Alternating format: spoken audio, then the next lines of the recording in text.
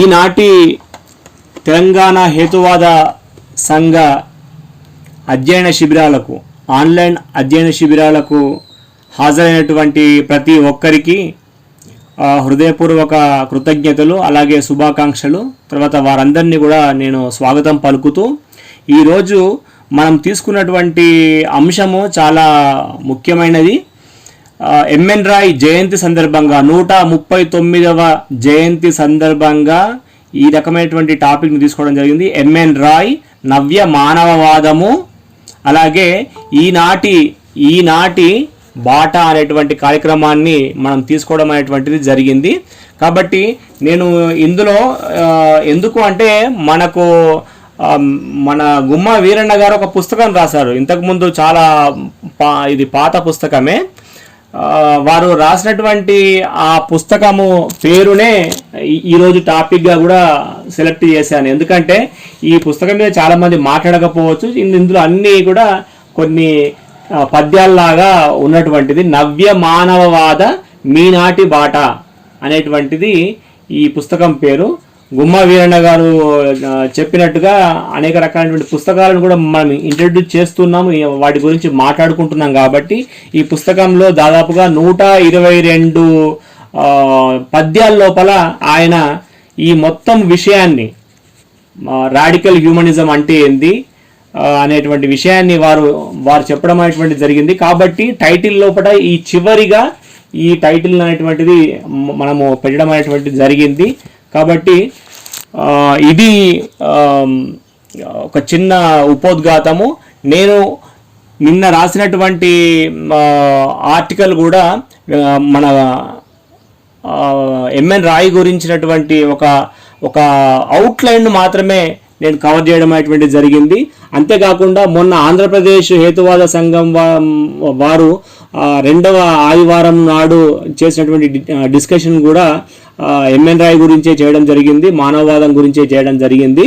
అలాగే ఈ 4th Sunday కూడా మనం తెలంగాణ హేతువాద సంఘం తరఫున అదే రకమైనటువంటి టాపిక్ తీసుకోవడం అనేటువంటిది ఎందుకు జరిగింది అంటే ఎంఎన్ రాయ్ గురించినటువంటి అవగాహన మనము పెద్ద ఎత్తున కల్పించాల్సినటువంటి అవసరం ఉంది. ఎందుకంటే సమకాలీనమైనటువంటి రాజకీయ పరిస్థితులకు, ఆర్థిక పరిస్థితులకు, తర్వాత సామాజిక సాంస్కృతికమైనటువంటి పరిస్థితులకు ఎంఎన్ రాయ్ గారు ఇప్పటికీ ఎప్పటికీ కూడా ఒక దిక్సూచిగా ఉండేటువంటి అవకాశం ఉంది. కాబట్టి ఆయన చాలా అడ్వాన్స్డ్గా ఆలోచించి రకరకాలైనటువంటి విషయాలను వారు ఎప్పుడో చెప్పడం అనేటువంటిది జరిగింది. కాబట్టి ఆయనను ఈ రోజున మనము ఒక జాతికి ఒక ప్రతీకగా తీసుకున్నట్టయితే భారతదేశం అనేటువంటిది ప్రపంచం లోపల ఒక మంచి ఉన్నతిని సాధించేటువంటి ఒక అవకాశం అనేటువంటిది ఉంటుంది. కాబట్టి మనము నిజానికి చెప్పాలంటే ఎంఎన్ రాయ్ సాహిత్యము 9000 పేజీల లోపల మ్యాన్స్క్రిప్ట్ ఉంది.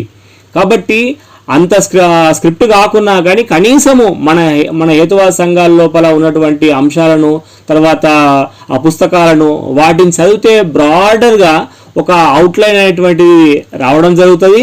కొన్ని విషయాల లోపల వారి పుస్తకాలను నేను చాలా వరకు సేకరించడం జరిగింది.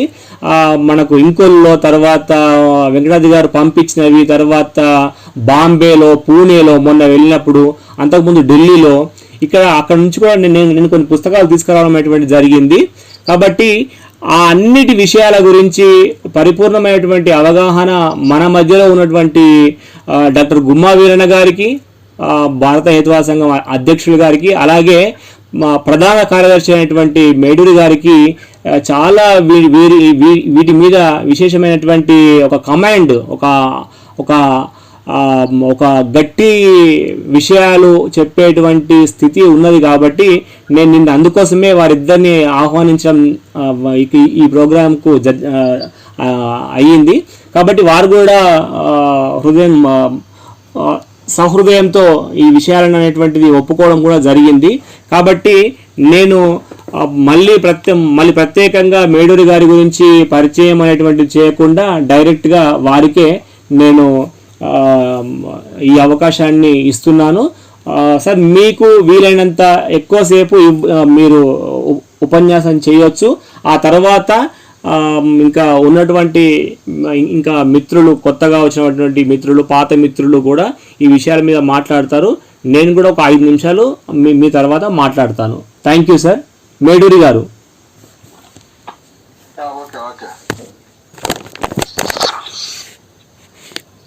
డిస్టర్బెన్స్ ఉంటుందని ఫ్యాన్ ఆపాలే సార్. ఫ్యాన్ ఆపొచ్చా. ఓకే, ఈనాటి గూగుల్ మీట్ అధ్యయన తరగతులు నిర్వహిస్తున్నటువంటి తెలంగాణ హేతువాద సంఘానికి బాధ్యులు కె శ్రీనివాసాచారి గారికి, మిత్రులందరికీ నా అభినందనలు, శుభాకాంక్షలు తెలియజేస్తున్నాను.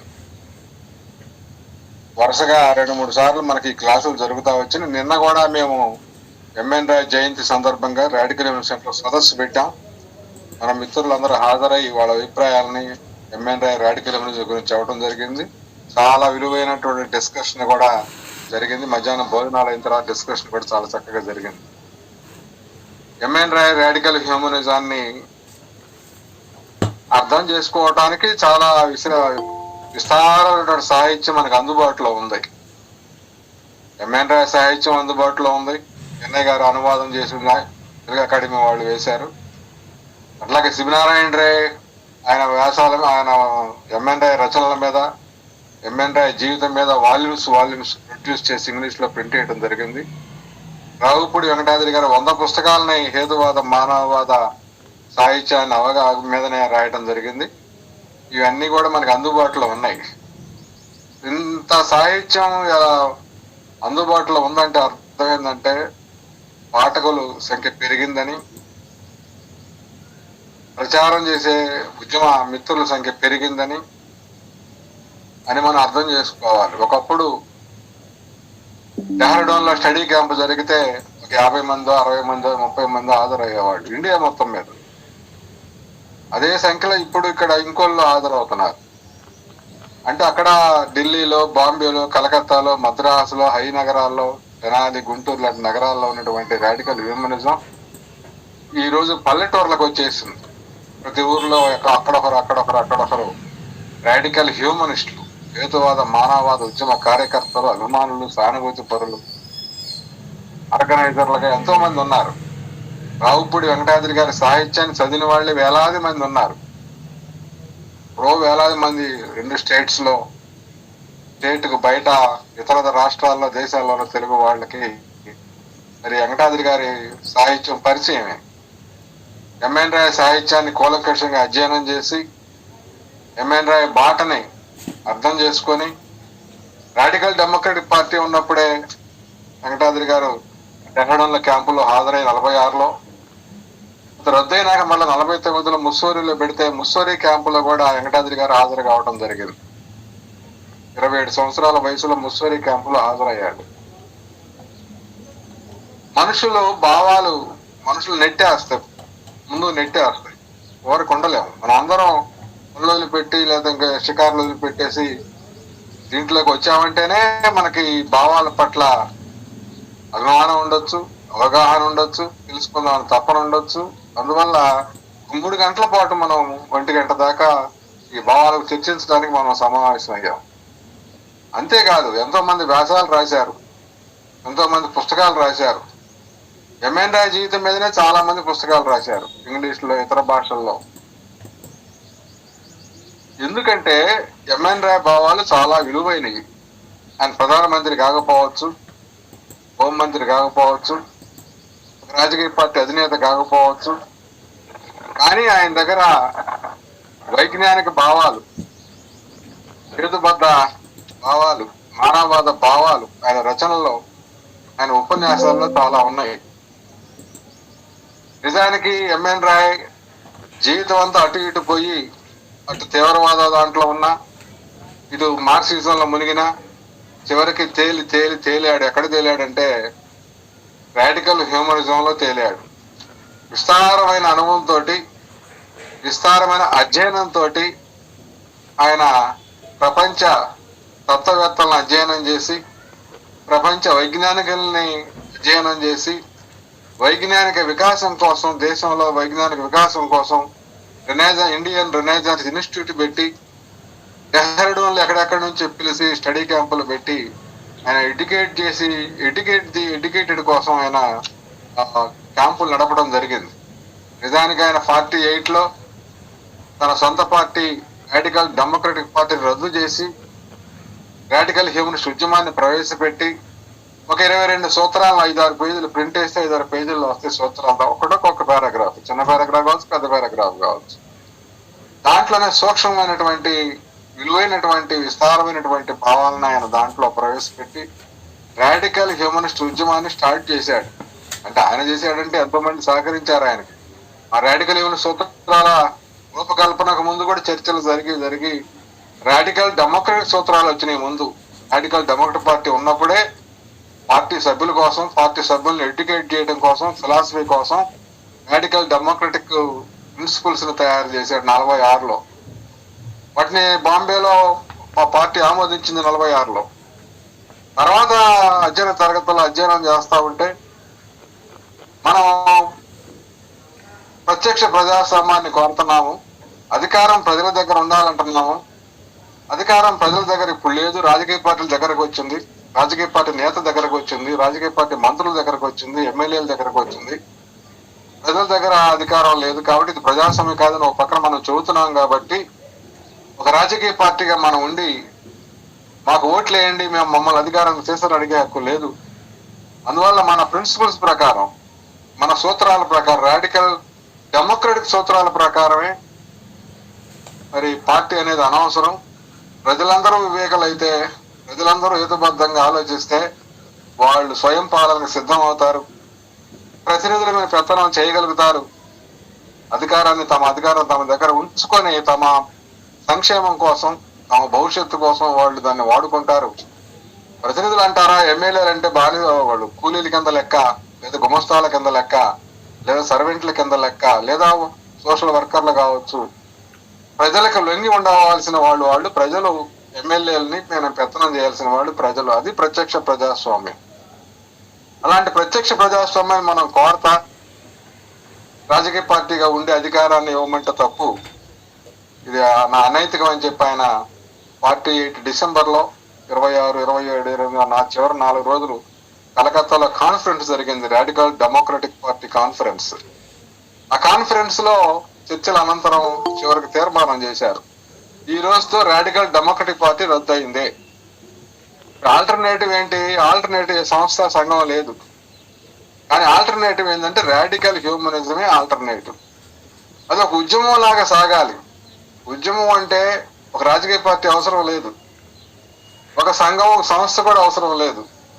వ్యక్తులు తమ భావాలను ఉధృతంగా వ్యక్తం చేసి, షేర్ చేసి, పంచుకుంటే, జనమందరికీ ఆ భావాలు చేరాలని ప్రయత్నాలు చేస్తే, పుస్తకాలు రాస్తే, పత్రికలు నడిపితే, ఉపన్యాసాలు చేస్తే, ఉధృతమైన జనంలోకి వెళ్ళిపోతే, ఆ వెళ్ళిపోవడం కోసం చేసే కృషి అంతా కూడా ఉద్యమమే.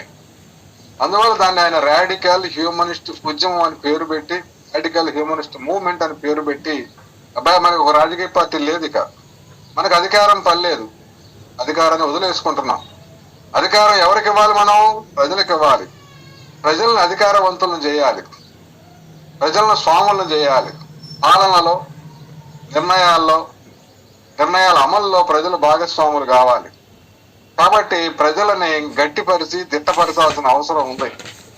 ప్రజలను గట్టిపరిచి దిట్టపరచాలంటే మోడర్న్ సైన్స్ బేస్డ్ గా, ఆధునిక విజ్ఞానంతో, హేతుబద్ధ ఆలోచనతోటి, కార్యకారణ అవగాహనతో, విశ్వతత్వాన్ని అర్థం చేసుకొని, జీవతత్వాన్ని అర్థం చేసుకొని, ఈ లోకంలో ఉన్నది ఒకే లోకం అని, పరలోకాలు లేవని, ఈ లోకంలో మన భవిష్యత్తు కోసం మనమే ఆలోచించి, మనమే నిర్ణయాలు తీసుకొని, మనమే చర్యలు తీసుకుని, మనమే అమలు చేసి, మన కోసం మనం స్వయం పాలన చేయాలా అనుకునేటువంటి గట్టి పరులుగా, గట్టివాదులుగా మనుషుల్ని మార్చాలంటే మనకి ఇవి ఆధునిక విజ్ఞానం ఆధారం, మన అనుభవం మనకు ఆధారం.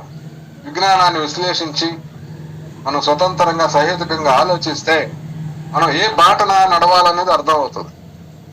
నిజానికి మనం పోతా ఉంటే 3 బాటలు ఎదురవుతాయి. 3 బాటలు వచ్చినాయి, అక్కడ చిన్న బొంకు ఉంది. మనం కొత్త వాళ్ళం, ఏ బాటో తెలియదు, ఎటు పోవాలో తెలియదు. మనం పెరడం పోవాలన్నా ఇంకోళ్ళు పోవాలన్నా ఏం చేస్తాం? ఆ బొంకులో వాళ్ళని అడుగుతాం, అబ్బాయి ఈ బాట ఎటు పోయిద్ది, ఈ బాట ఎటు పోయిద్ది, ఈ బాట ఎటు పోయిద్ది అంటాం. లేకపోతే ఇంకోళ్ళు పోయే బాట చెప్పమ్మా అంటాం. వాడు అక్కడ కూర్చొని టీ అమ్ముకుంటాడు కాబట్టి వాడికి ఆ నాలెడ్జ్ ఫుల్గా ఉంటది. అక్కడ మనకేం ఉండదు, నిల్లు మనం ఎక్కడి నుంచో వచ్చాం. అడగగానే వాడు చెబుతాడు, ఆ మధ్య దారి పోండి సార్, ఇదేమో వేటపాలెం పోయిద్ది, అదేమో చీరాల పోయిద్ది, ఈ మధ్య బాట ఇంకోళ్ళు పోయిద్ది అని చెబుతాడు.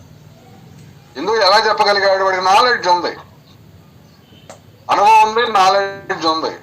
10 ఏళ్ల బట్టి బంకు పెట్టుకొని ఉన్నాడు.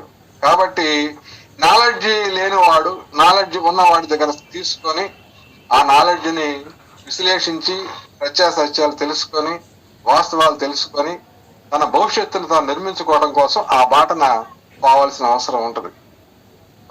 చాలా బాటలు ఉంటాయి. బాటలు అంటే రోడ్లు గాలి బాటలు కాదు, చాలా సిద్ధాంతాలు ఉన్నాయి. ఇప్పుడు బాటలుగా చాలా సిద్ధాంతాలు ఉన్నాయి. ఎన్ని సిద్ధాంతాలు ఉన్నా మనం ఒక దాంట్లో ఉండగలుగుతాం, కానీ అన్ని సిద్ధాంతాల్లో కాళ్ళు ఏళ్ళు పెట్టలేం. అన్ని సిద్ధాంతాల్లో కాళ్ళు ఏళ్ళు పెట్టి అన్ని సిద్ధాంతాలను ఆచరణలోకి తీసుకెళ్ళలేం. పరస్పర విరుద్ధంగా ఉంటాయి ఆ సిద్ధాంతాలు.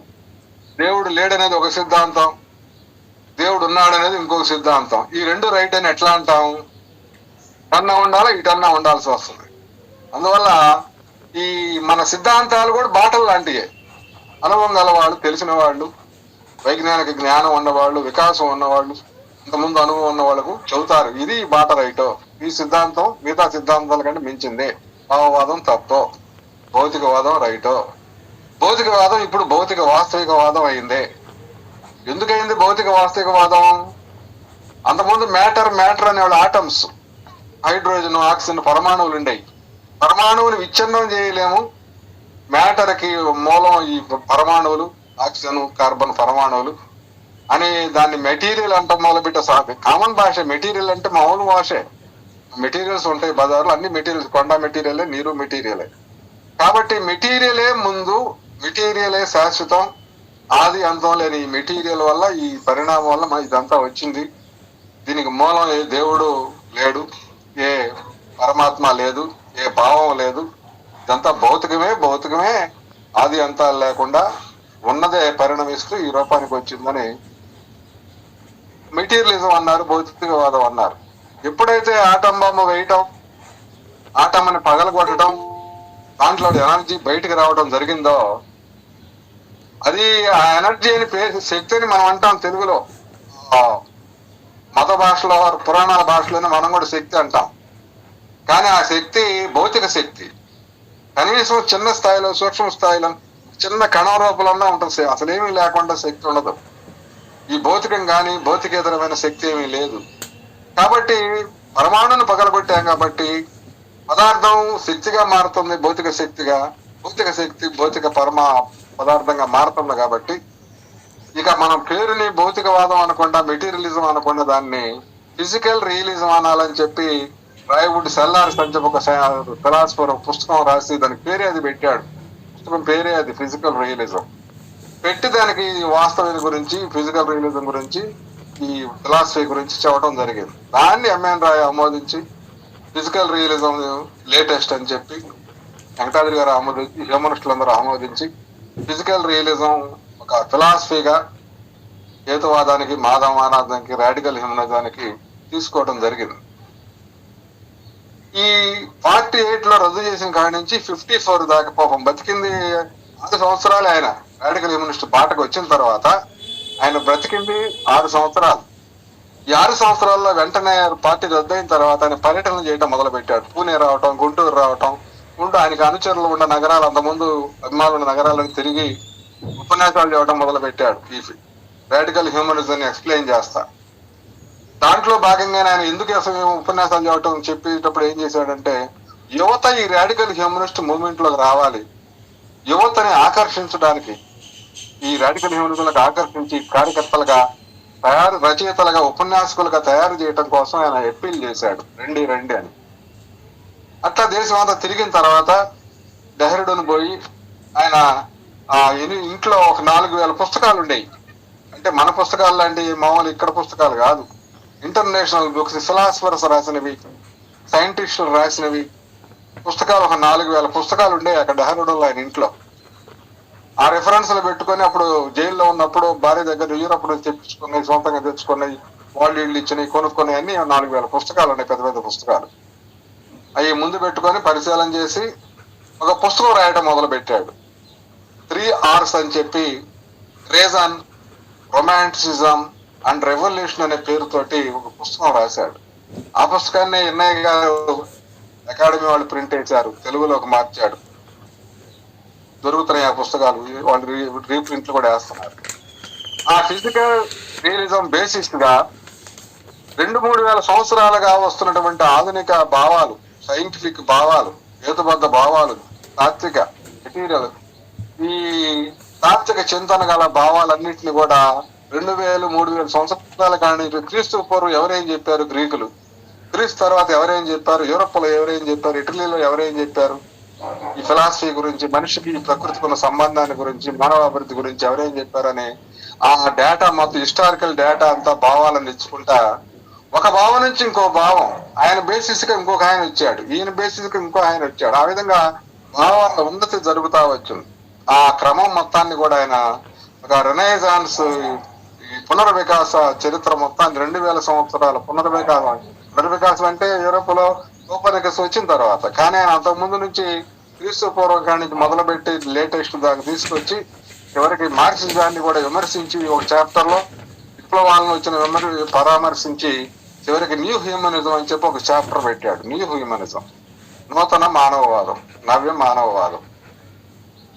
ఎందుకని నవ్య అని పేరు పెట్టాడంటే దానికే రాడికల్ హ్యూమనిజం అని పేరు పెట్టాడు. దానికే ఇంటిగ్రల్ హ్యూమన్, సమగ్ర మానవవాదం అన్నాడు. మానవుడి యొక్క సమగ్ర జీవితానికి రాజకీయ, ఆర్థిక, సామాజిక, సాంస్కృతిక రంగాలన్నిటికీ అప్లై చేసేటువంటి ఫిలాసఫీ కాబట్టి దీన్ని సమగ్ర మానవవాదం అని, ఇంటిగ్రల్ హ్యూమనిజం అనొచ్చు అన్నాడు.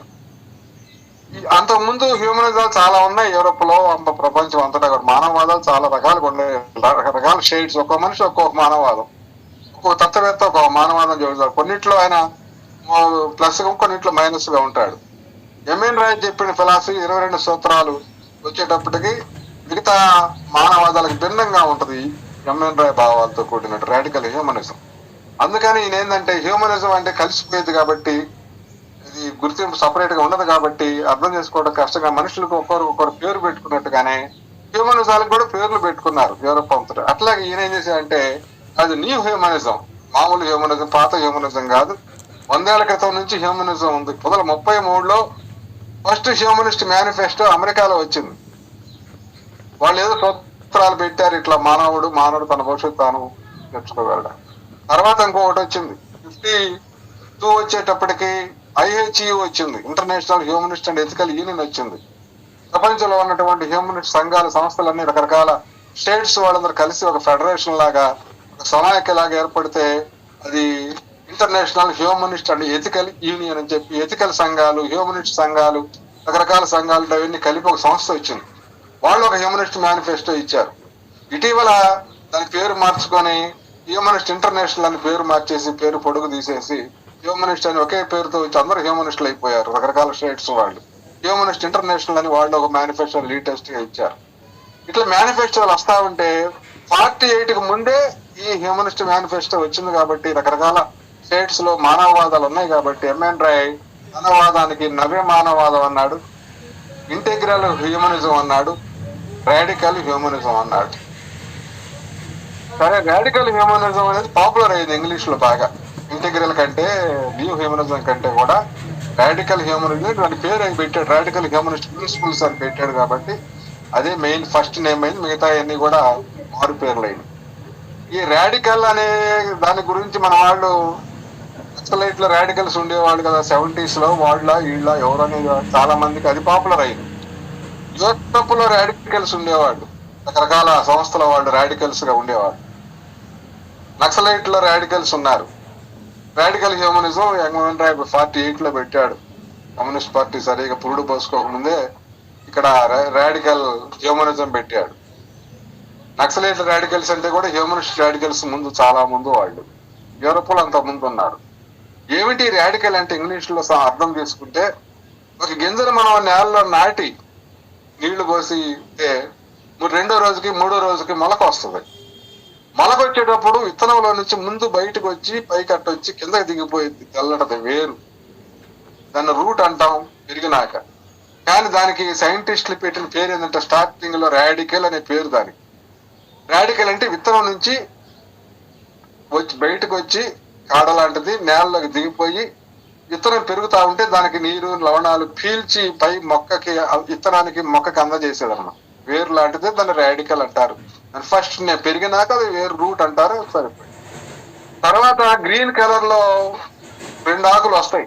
జనరల్ గా ఒక ఆకు 2 ఆకులు వస్తాయి. దాన్ని ప్లూమ్యూల్ అంటారు ఇంగ్లీష్ లో. ప్లూమ్యూల్ కిందకి పోయేది ఆమె రాడికల్, పైకి వచ్చేది ప్లూమ్యూల్.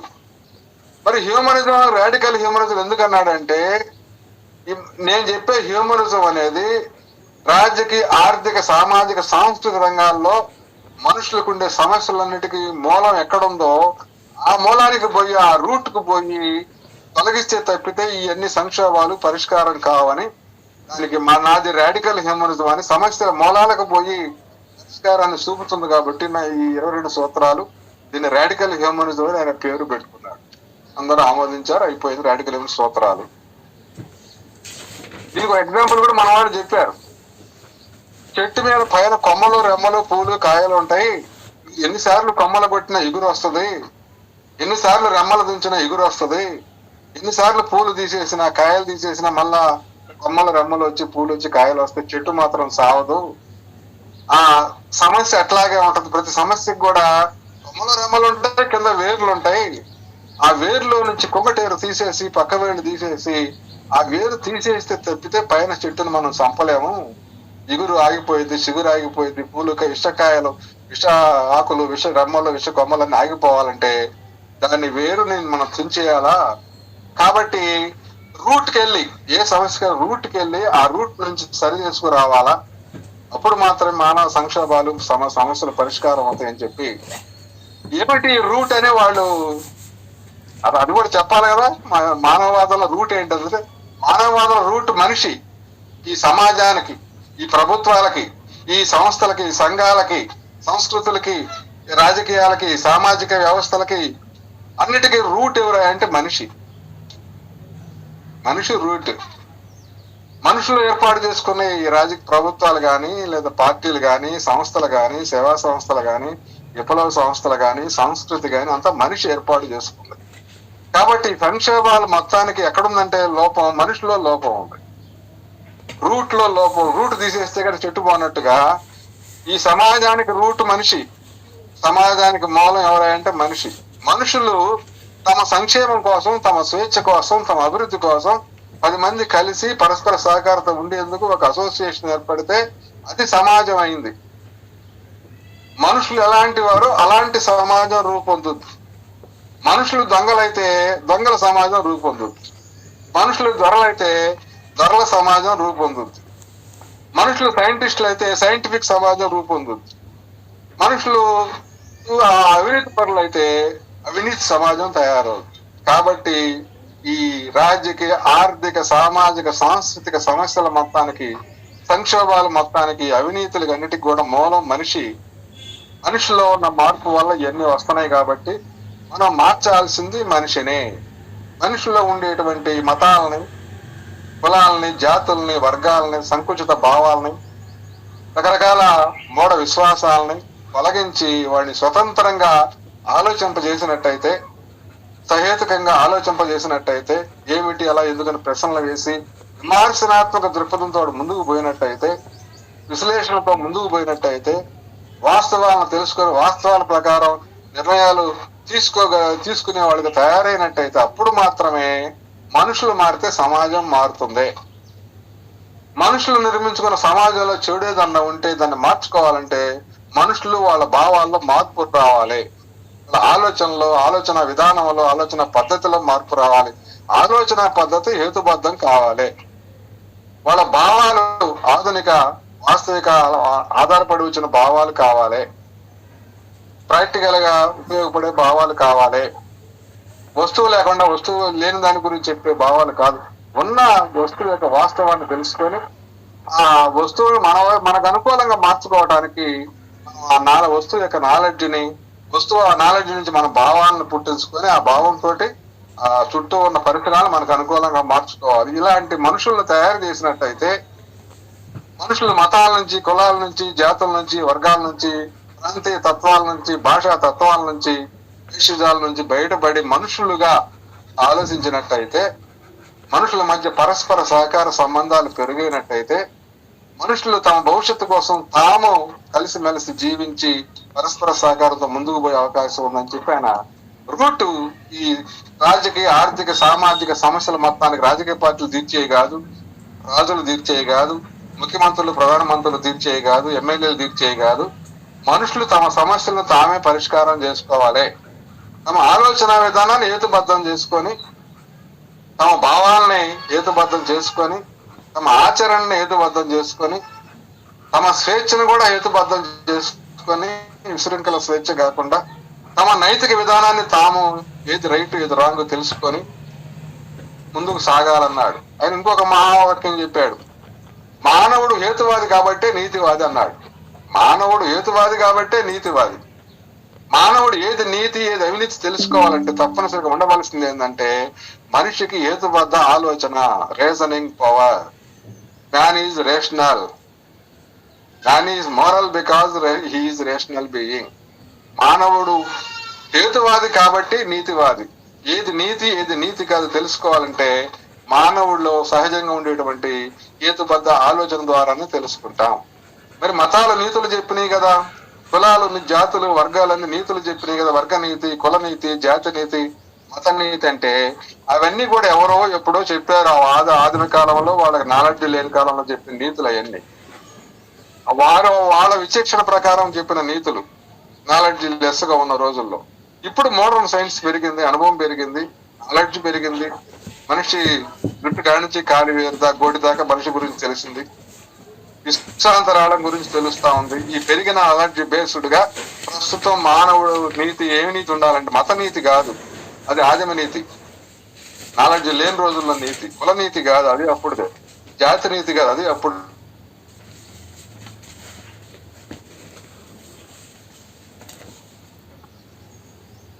తమ నీతి ఎదుటి వాడితో ఎలా ప్రవర్తించాలో నిర్ణయించుకోవాలి. నువ్వు చెప్పినట్టు నేను పోవటం కాదు. నువ్వేదో చెబుతావు నీ స్వార్థం కోసం నీతి అని, వాడు ఏదో చెప్పాడు నీతి అని, స్వార్థం కోసం చెప్పాడు.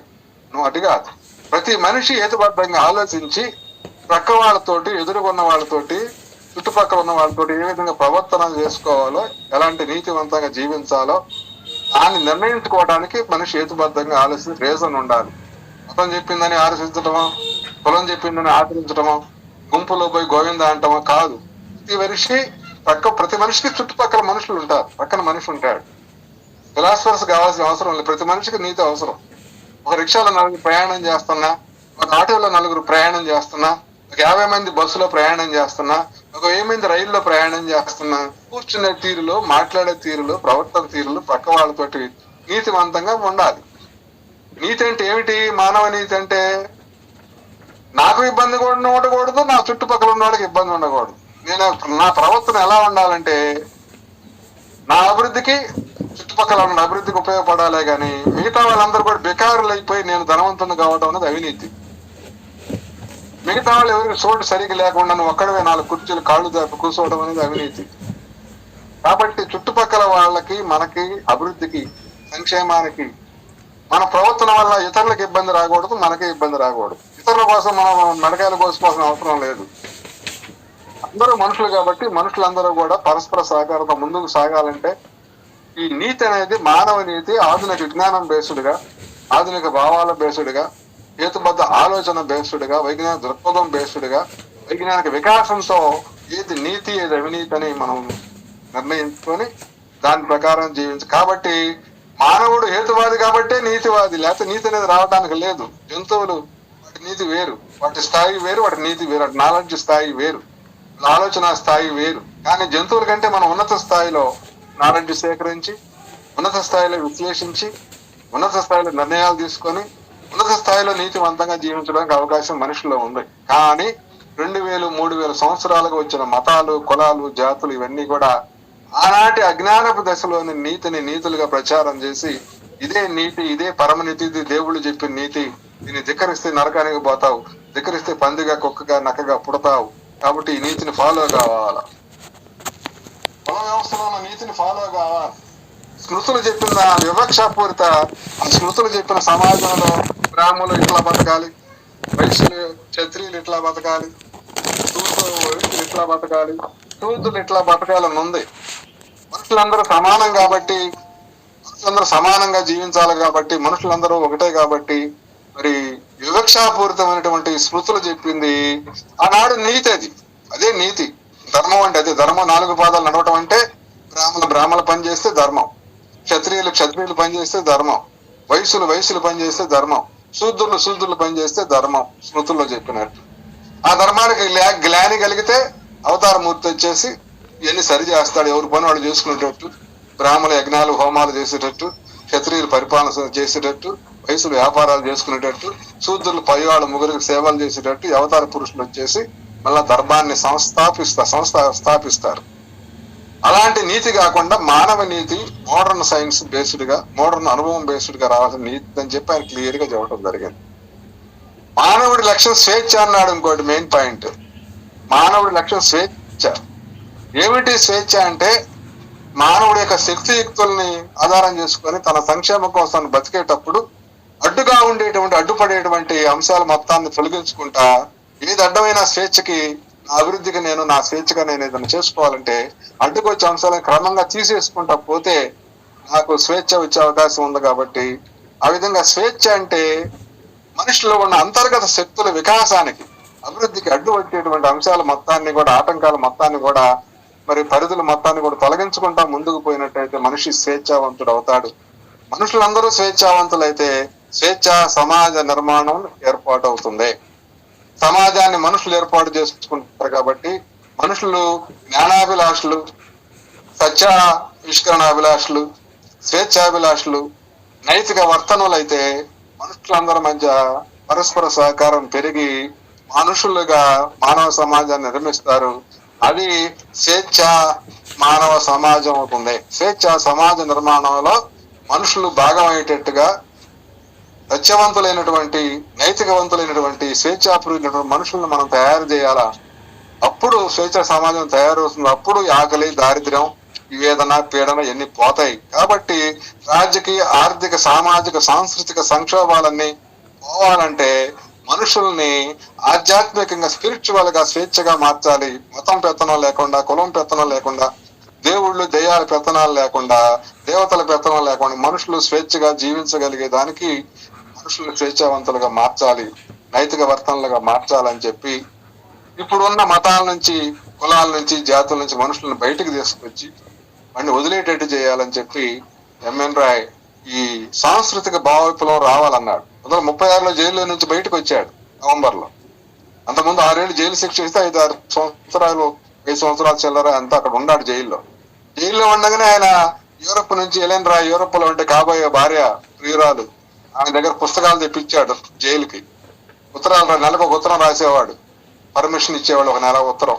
దాంట్లో నాకు ఆ పుస్తకం కావాలి, ఈ పుస్తకం కావాలని చెప్పి యూరోప్ లో ఉన్న సైన్స్, తాత్వివేత్తల పుస్తకాలన్నీ కూడా పార్సిల్డ్ జైలుకి వచ్చాయి. జైలు అధికారులు వాటిని చూసి దీంట్లో రాజకీయాలు ఏమి లేవని తెలుసుకొని లోపలికి ఇచ్చేవాడు. ఆయన ఏదో శిక్ష పని ఏదో చేసిన తర్వాత డ్యూటీ అయిపోయినాక పుస్తకాలు చదువుకొని నోట్స్ రాసుకునేవాడు. ప్రతిదీ నోట్స్ ఎవరికి మానేయకుండా చదవటం రాయటం. ఆ 5.5 సంవత్సరాల కాలంలో ఆయన 10,000 పేజీల పుస్తకాలు, 10,000 పేజీల నోట్స్ రాసుకున్నాడు జైల్లో ఉండి. జైలునే అధ్యయనం ఒక లైబ్రరీగా మార్చేశాడు, అధ్యయన తరగతులుగా మార్చేశాడు, జైల్లోనే అధ్యయనం చేశాడు. Philosophical consequences of modern science అని చెప్పి 5-6 వేల పేజీల పుస్తకం ఒకటి రాసుకున్నాడు. సైన్స్ పుస్తకాలన్నింటిని సేకరించి ఎవరేమన్నారు చూసుకొని ఏ విశ్లేషణ ప్రకారం సిద్ధాంతాలకు వచ్చి నోట్స్ రాసుకుంటే 5-6 వేల పేజీల ఒక పుస్తకం ఉంది. ప్రింట్ కావాలి. 5-6 వేల పేజీల పుస్తకాలు ప్రింట్ చేయాలంటే ఎవరల్లా కాదు, చేయలేకపోయారు. ఇప్పుడు మైక్రో ఫిల్మ్ లో పెట్టి ఆ నెహ్రూ గారి మ్యూజియం లో ఆడ ఉంది, నిలబెట్టి ఉంది 5-6 పేజీలు. దాన్ని తీసి ప్రింట్ చేయడానికి అవకాశం ఉంది, కానీ దానికి ఎవరు పూనుకోవాలి. ఇంకా 4,000 పుస్తకాలు రాశాడు. అవన్నీ కొన్ని ప్రింట్ అయినాయి, కొన్ని పుస్తకాలు ప్రింట్ అయినాయి, కొన్ని అట్నే ఉన్నాయి. అంత విస్తారమైనటువంటి అనుభవంతో, ప్రపంచ అనుభవంతో, రాజకీయ పార్టీల అనుభవంతో, తత్వవేత్తల అనుభవంతో, శాస్త్రవేత్తల భావాలతోటి ఆయన అధ్యయనం తర్వాత మరి 48కి వచ్చేసరికి రాడికల్ హ్యూమనిజాన్ని నవ్య మానవవాదాన్ని ప్రవేశపెట్టాడు. చాలా కష్టం చేసి, చాలా ఇబ్బందులు పడి, చాలా ప్రాణాలకు తెగించి మారువేషాల్లో తిరిగి, మారువేషాల్లో ఉంటాయని పుస్తకాలు చదువుకొని, పుస్తకాలు రాసి, మెక్సికోలో ఆ భాషలో పుస్తకం రాశాడు, జర్మనీలో ఉండి జర్మన్ భాషలో పుస్తకం రాశాడు, రష్యన్ భాషలో పుస్తకాలు రాశాడు. 4 నెలలు ఉంటే భాష వచ్చుద్ది కాబట్టి నేర్చుకునేవాడికి ఇంకా తొందరగా వచ్చుద్ది. 6 నెలలు మనం ఉంటే మనకి రష్యన్ భాష వచ్చుద్ది. అక్కడ కాఫీ తాగి, టీ తాగి హోటల్లో తిరిగితే. కానీ నేర్చుకోవాలనుకున్నాడు వెంబటి అక్కడక్కడ నేర్చుకుంటాడు. రోజు 10 మాటలు వరపులు ఎట్లా వాడాలి. ఆ విధంగా ఎక్కడ భాష అక్కడ నేర్చుకొని ఎక్కడికక్కడ వ్యాసాలు రాసి పుస్తకాలు రాయటం మొదలు పెట్టాడు. అధ్యయనం చేస్తానే ఉన్నాడు, అధ్యాపనం కూడా చేస్తానే ఉన్నాడు. ఎప్పుడుదప్పుడు ఆయనకి జనానికి చెబుతానే ఉన్నాడు. ఆయన అతివాదం రైట్ అనుకుంటే అదే చెప్పాడు, ఆయుధాల ద్వారానే స్వాతంత్రం రావాలని.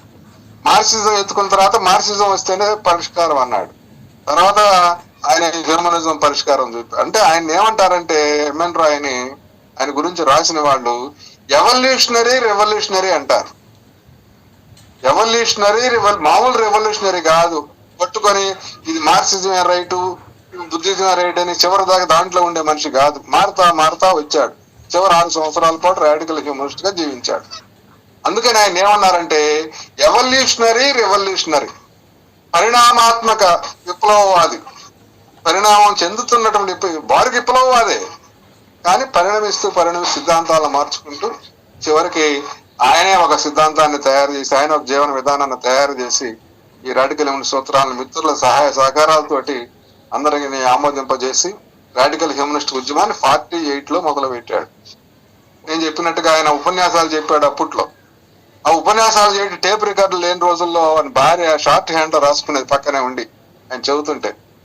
అది తర్వాత డెహ్రాడూన్ పోయినాక దాన్ని ఇంగ్లీష్ లో మార్చుకొని ప్రింట్ కు రెడీ చేసేది. అట్లా ఆయన ఉపన్యాసాలు మొత్తాన్ని ఆ టైంలో ఆయన ఈ రాడికల్ హ్యూమనిజం మీద, రాజకీయ పార్టీల మీద అధికారం వద్దని రాజకీయ రద్దు చేసుకున్న తర్వాత ఇచ్చిన ఉపన్యాసాలు మొత్తాన్ని కూడా 3 పీస్ అని ఒక పుస్తకంలో ప్రింట్ వేశారు. 3 పీస్, పార్టీస్, పవర్, ఇంకోటి ఏదో ఉంది, 3 అధికారం, రాజకీయాలు అని. ఆ పుస్తకంలో ఉన్నాయని ఉపన్యాసాలు సొంతంగా చేతితో రాసినవి కాదు. ఎలిన్ రాయ్ షార్ట్ హ్యాండ్ లో రాసుకుంటే దాన్ని ఇంగ్లీష్ లోకి మారిస్తే దాన్ని తెలుగులోకి ఎన్నయ్య గారు తెలుగు అకాడమీ పుస్తకంలోకి ఆయన అనువాదం చేయడం జరిగింది. అట్లా చాలా మంది ఆయన జీవిత చరిత్రను రాశారు. బిబి కార్నిక్ అని ఒక ఆయన రాశాడు, శివనారాయణ రాశాడు, వెంకటాద్రి గారు రాశాడు, చాలా మంది రాశారు, ఒకటి రాధాకృష్ణమూర్తి రాశాడు. ప్రతి రచయిత ముందు ఎంఎన్ రాయ్ జీవితం రాసుకుంటూ వచ్చాడు. అందువల్ల ఈ 48 నుంచి 54 దాకా 6 సంవత్సరాల పాటు ఎంఎన్ రాయ్ ఆ 3 Rs ని రాసిన తర్వాత ఒక పార్ట్ ఏమో ప్రింట్ అయింది. ఆయన ముందు బతికొండగానే చూసుకున్నాడు. రెండో పార్ట్ ప్రింట్ అయ్యేటప్పటికి ఆయన చనిపోయాడు, లేడు. ముస్సోరి యాక్సిడెంట్ అయితే చివరి 2 ఏళ్ళు దాదాపు బెడ్ మీద ఉండి ఈ పుస్తకాలు రాయటం అయిపోయినాక ఆయన అనారోగ్యంతో చనిపోవడం జరిగింది. 67 సంవత్సరాలే వయసు చనిపోయినప్పుడు. 67 సంవత్సరాల వయసులో ఆయన చనిపోయాడు. ఒక 10 ఏళ్ళు 20 ఏళ్ళు బతికున్నట్టయితే విస్తారంగా ఈ రాడికల్ హ్యూమనిజం గురించి ప్రచారం చేసి ఉండేవాడు. ఆయన చనిపోయినాక ఆయన భార్య ఎలెన్ రాయ్ 62 దాకా, హత్య చేయబడిన దాకా ఆమె ఈ రాడికల్ హ్యూమనిస్టుల కేంద్రం అయిపోయి అక్కడ డెహ్రాడూన్ లో మీటింగ్లు పెట్టి స్టడీ క్యాంపులు పెట్టి కొంత కొనసాగించింది. 62లో ఆమె చనిపోయింది. తర్వాత కొంచెం స్తబ్దత వచ్చింది. ఎక్కడ వాళ్ళు అక్కడే కలిపేవాళ్ళు ఎవరు లేరు, పిలిచేవాళ్ళు కలిపేవాళ్ళు ఎవరు లేరు, ఒక సెంటర్ పాయింట్ కూడా లేదు. 69, 70లో వాళ్ళు సమావేశం అయ్యారు. 69లో సమావేశం అయ్యారు, 70లో సమావేశం అయ్యి రాడికల్ హ్యూమనిస్ట్ ఎవరు పూనుకొని మొత్తం కలిపి ఒక మీటింగ్ జరిగింది. అయ్యా, మనం ఎవరికి వాళ్ళం అయిపోయాము, ఎక్కడ వాళ్ళు అక్కడే ఉన్నారు, బాంబే వాళ్ళు బాంబేలో ఉన్నారు, కలకత్తా వాళ్ళు కలకత్తాలో ఉన్నారు, ఢిల్లీ వాళ్ళు ఢిల్లీలో ఉన్నారు, సంబంధ బాంధవ్యాలన్నీ పోయినాయి.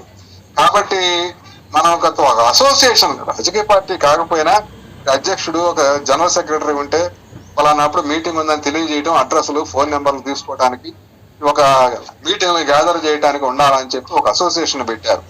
అదే Indian radical humanist association. Indian radical humanist association అది పెట్టిన తర్వాత అప్పటికే చాలా మంది సర్దుకున్నారు.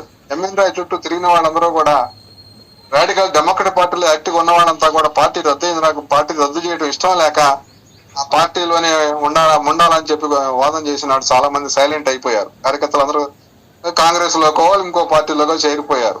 చాలా మంది హ్యూమనిస్టులు వేరే రాజకీయ పార్టీలో చేరి పెద్దవాళ్ళు అయ్యారు, మంత్రులు అయ్యారు. ఆ విధంగా 70లకు వచ్చేసరికి మళ్ళీ ఈ రాడికల్ హ్యూమనిస్టర్స్ నుంచి కుర్రవాళ్ళు మిగిలారు, పెద్దవాళ్ళందరూ చనిపోయారు. చాలా మంది వాళ్ళ వ్యాపారాల్లో పనుల్లో నిమగ్నం అయిపోయారు.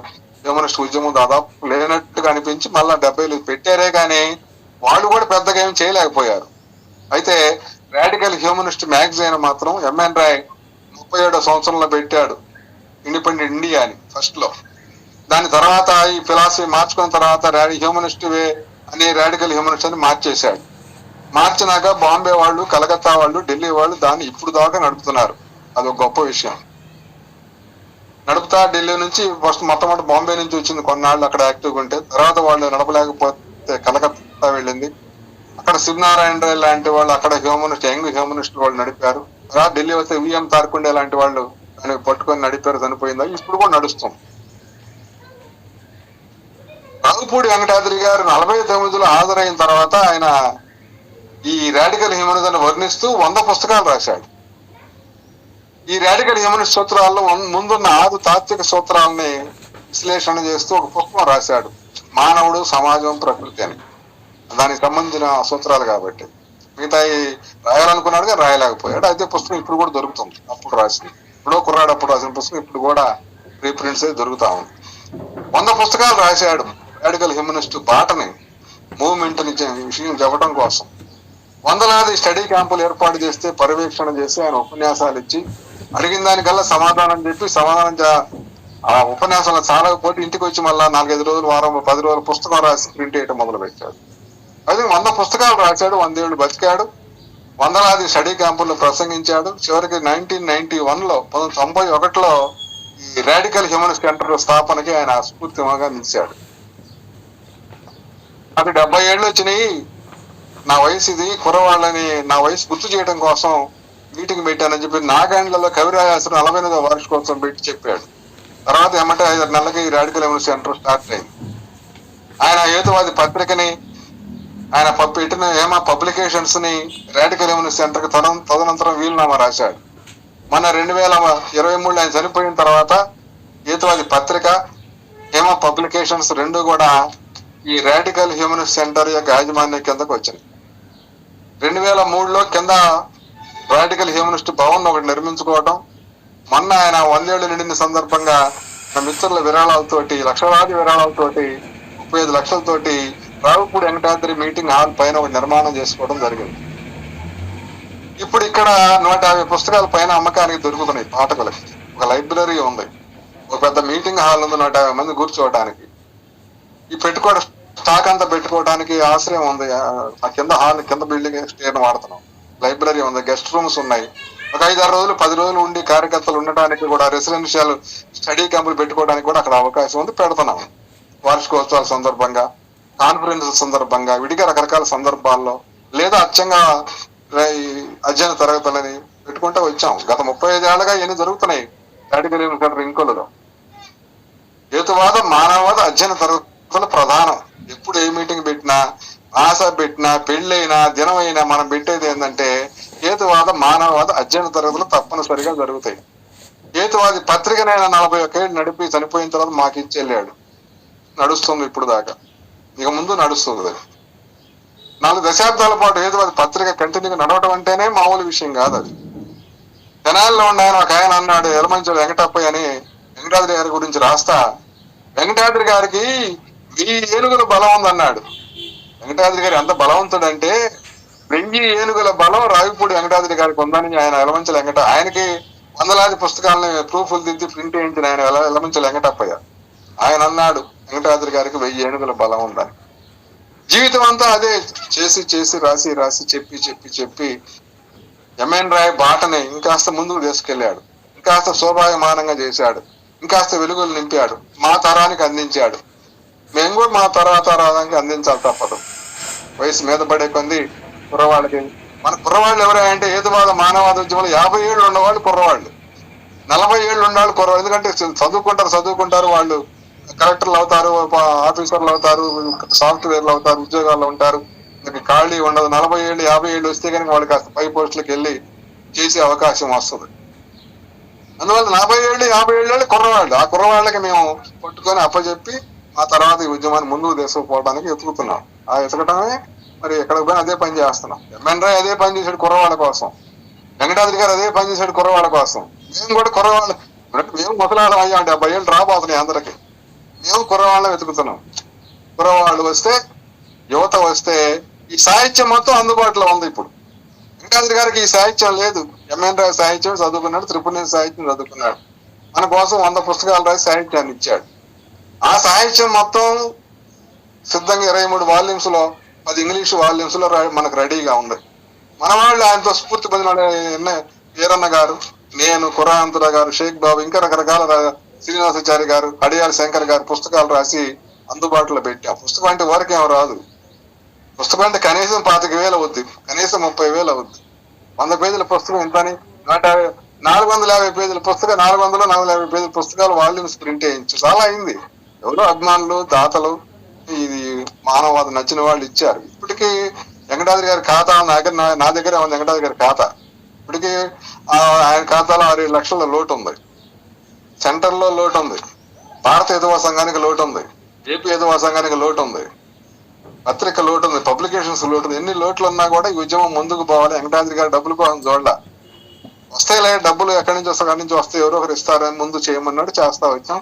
అప్పులు అయినా కూడా ఆయన పట్టించుకోకుండా చేస్తా వచ్చాం. వడ్డీలు కట్టుతాం, ఏదో చేస్తుంటా. ఆయన మన నోటితో చెప్పేది కూడా కాదు. మిత్రుల యొక్క సహాయ సహకారాలతోటి 2003లో 10 లక్షలతోటి రాడికల్ హ్యూమనిస్ట్ భవన్ ఏర్పాటు. అందరూ హేతువాదులు ఇచ్చింది, వేరే వాళ్ళు ఎవరు ఇవ్వాలి. పైన 35 లక్షలు అయింది. అందరూ హేతువాదులు, ఆయన అభిమానులు, ఆయన శిష్యులు ఇచ్చారు. స్థలం రావి సుబ్బారావు గారు 10 సెంట్లు స్థలాన్ని ఇచ్చాడు. కోటి రూపాయలు ఖరీదైన స్థలం, ఇప్పుడు అది 1 కోటికి పైన. అందువల్ల రాడికల్ హ్యూమనిజం మీద ఇంట్రెస్ట్ ఎవరికైతే ఉందో వాళ్ళందరూ కూడా రకరకాల రూపాల్లో సహకరిస్తున్నారు. కొంతమంది ఉపన్యాసాలు చెబుతున్నారు, కొంతమంది రచనలు చేస్తున్నారు, కొంతమంది ప్రింట్ వేస్తున్నారు, కొంతమంది మీటింగ్లు పెడుతున్నారు, కొంతమంది కుర్చీలు చేస్తున్నారు, బెంచీలు చేస్తున్నారు, భోజనాలు ఏర్పాటు చేస్తున్నారు, డబ్బులు ఇస్తున్నారు, విరాళాలు ఇస్తున్నారు, ప్రకటనలు ఇస్తున్నారు. ఎంతో మంది ఈ రాడికల్ హ్యూమనిస్ట్ ఉద్యమ అభిమానంతో ఈ బాట మంచిది, ఈ బాట పోయే వాళ్ళ సంఖ్య పెరగాలి, ఈ బాట సింగిల్ లైన్ లో ఉంది, ఇప్పుడు డబుల్ లైన్ కావాలి, 4 lanes కావాలి, 8 lanes హైవే కావాలనేది కుర్రవాళ్ళు చేయాల్సిన పని. ఇప్పుడు దీన్ని హైవే చేయాలి. వచ్చే బస్సులు వస్తామంటే పోయే బస్సులు పోతామంటే, వచ్చే కార్లు వస్తామంటే పోయే కార్లు వస్తాయి. అంత విశాలమైన రాస్తాగా దీన్ని మార్చటాలంటే యువత రావాలి. ఒకరో ఇద్దరు వస్తే వాళ్ళు చేస్తారులని మిగతా వాళ్ళు చూస్తా ఉంటాం కాదు. 10ల సంఖ్యలో 100ల సంఖ్యలో కార్యకర్తలు, రచయితలు, ఉపన్యాసకులు, అది ఉద్యమం. ఒకరితో ఉండేది ఉద్యమం కాదు. ఇప్పుడు పుస్తకాలు మూసేస్తే కాడు కట్టి పెడితే అది ఉద్యమం కాదు. అది పుస్తకాలు జనంలోకి పోయి జనం కదలాల. నిత్య జీవితంలో హ్యూమనిజాన్ని ఆచరించాలి. నిత్య జీవితం మొత్తం ఇప్పుడు మతాల, కులాల, జాతుల, వర్గాల ఆచరణలో ఉంది నిత్య జీవితం.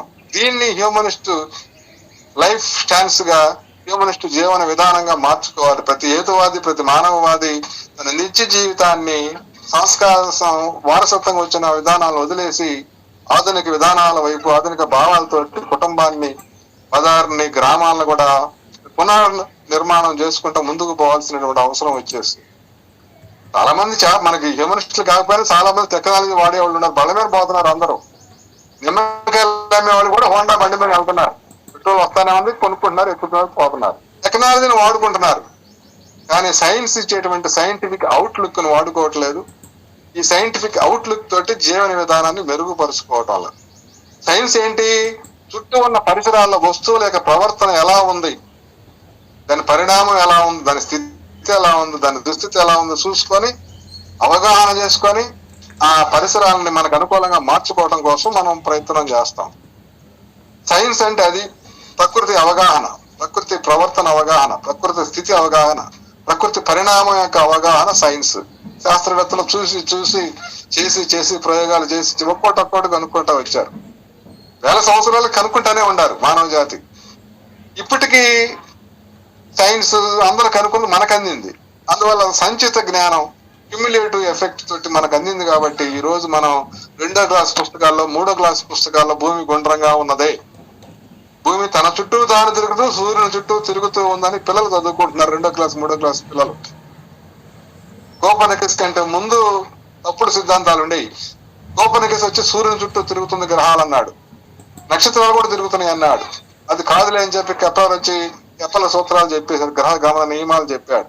గెలీలియో వచ్చి టెలిస్కోప్ చూసి చంద్రుడి మీద గుంటలు, లోయలు, గుట్టలు, కొండలు ఉన్నాయని, అది కూడా మట్టేను, మశానమేను, రాళ్ళేను, భూమి లాంటిదేనని చెప్పాడు. గ్రహాలన్నీ అటువంటివేనని చెప్పాడు. చాలా చెప్పిన చివరికి క్లైనిస్టీను, డార్విన్ రావడంతో వీళ్ళు అవగాహన పెరిగి పెరిగి మనకి ఇలా హ్యూమనిజం దాకా మనం వచ్చేసాం, మానవవాదం దాకా వచ్చేసాం. ఎమెన్ రాయ్ ఏమన్నాడంటే, మానవవాదం అనేది ఈనాడు నేను చెప్పిందో వాళ్ళు చెప్పిందో కాదు, మానవవాదం అనేది మానవ జాతి స్టార్టింగ్ నుంచి ఉన్నదే. ఆఫ్రికాలో 2 లక్షల సంవత్సరాల క్రితం మానవుడు, ఈ ఆధునిక మానవుడు, ఆలోచించగల మానవుడు ఏమిటి, ఎలా, ఎందుకని ప్రశ్నలు వేసుకొని పరిశీలన చేసి వాస్తవాలు తెలుసుకొని వాస్తవాల ఆధారంగా రాతి పరికరాలు చేసిన ఆదిమ మానవుడు హ్యూమనిస్టు. తన అభివృద్ధి కోసం, తన సంక్షేమం కోసం తాను తన నాలెడ్జ్ ని విశ్లేషణ చేసి పరికరాలు చేసుకొని సుఖ సంతోషాలను అనుభవిస్తా వచ్చాడు, క్రమంగా పెంచుకుంటా వచ్చాడు. స్టార్టింగ్ లో ఆనాటి జ్ఞానం ప్రకారం రాతి పరికరాలను చేసుకుంటే, ఈనాడు పెరిగిన జ్ఞానం ప్రకారం మనం రాకెట్లను తయారు చేస్తున్నాం, విమానాలను తయారు చేస్తున్నాం, రైళ్లను తయారు చేస్తున్నాం. ఇవన్నీ పరికరాలే. ఆది మానవుడు రాతి పరికరాలను తయారు చేశాడు, ఆధునిక మానవుడు రాకెట్ పరికరాలను తయారు చేస్తున్నాడు. ఈ బుర్ర అదే స్ట్రక్చర్, వాడికి తేడా బుర్రలు తీసి చూస్తే అదే సైజు బుర్ర, అదే స్ట్రక్చర్. కానీ తేడా ఎక్కడ వచ్చిందంటే, ఆది మానవుడు కాడి నుంచి ఇప్పుడు దాకా నాలెడ్జ్ అనేది, ప్రకృతి జ్ఞానం అనేది, ప్రకృతి అవగాహన అనేది క్రమంగా ఒక తరం నుంచి ఇంకో తరానికి, ఒక తరం నుంచి ఇంకో తరానికి పెరుగుతా కోట్లాది మంది ప్రతివాడు ఏదో ఒకటి కనుక్కొని పుస్తకాలు రాసి, ఆ పుస్తకాల జ్ఞానం ఇంటర్నెట్ లోకి వచ్చి, ఇంటర్నెట్ నుంచి ఇలా అందుబాటులో వచ్చేసింది. అంటే 2 పదాలు నొక్కితే మ్యాటర్ అంతా వస్తుంది. తరతరాలుగా 2 లక్షల సంవత్సరాలుగా అందిన జ్ఞానం ఇది. 1,90,000 సంవత్సరాల పాటు మనిషికి విత్తనం నుంచి మొక్క వస్తుందని తెలియదు, విత్తనం నుంచి మొక్క వస్తుందని సంగతి మనకు తెలియదు. తెలిసిన తర్వాత ఏం చేశాడంటే, విత్తనాన్ని నాటి మొక్కలను పెంచి వ్యవసాయం చేయడం మొదలు పెట్టాడు. కాబట్టి 1,90,000 సంవత్సరాల పాటు వేటాడాడు, చెట్లు ఎక్కాడు, దిగాడు, మామిడికాయలు కోసుకొని తిన్నాడు, మేకను పట్టుకొని తిన్నాడే గాని విత్తనం నుంచి మొక్క వస్తుందని తెలియదు. తెలిసినాక వ్యవసాయ విప్లవం వచ్చేసింది. ఇంధన శక్తిని వాడుకుంటే పారిశ్రామిక విప్లవం వచ్చేసింది. చివరికి 2 కలిసి 3వ విప్లవం వచ్చింది, సమాచార సాంకేతిక విప్లవం వచ్చేసింది.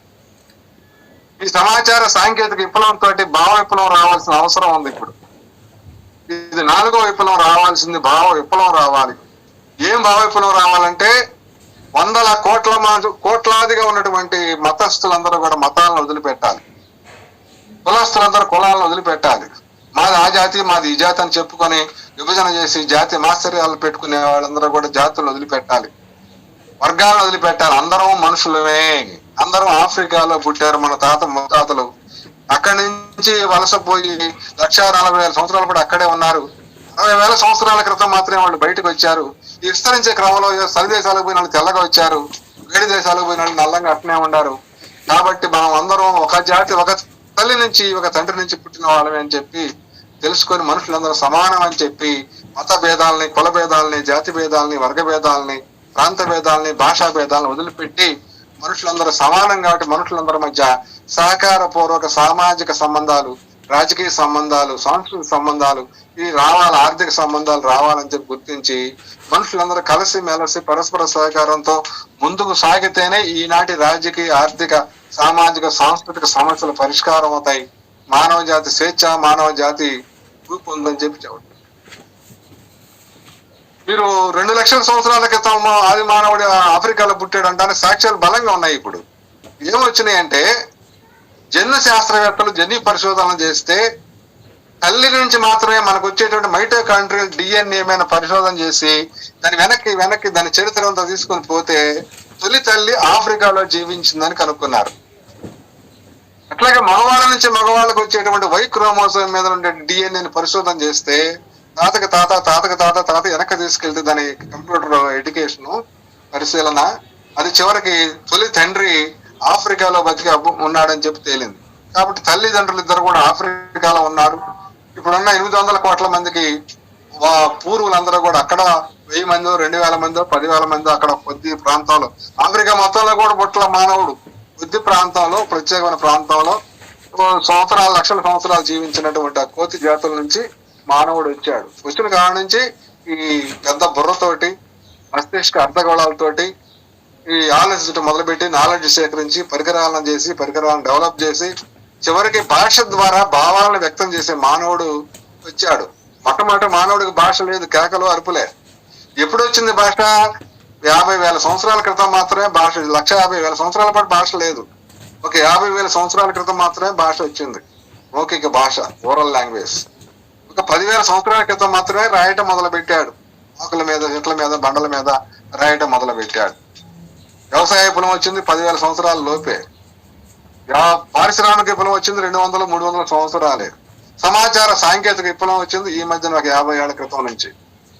మనిషి క్రమంగా డెవలప్ అయ్యాడు. డెవలప్ అయినా కూడా మనిషి డెవలప్మెంట్ మొత్తాన్ని వెనక్కలాగి గుదిబండలాగా తయారైంది.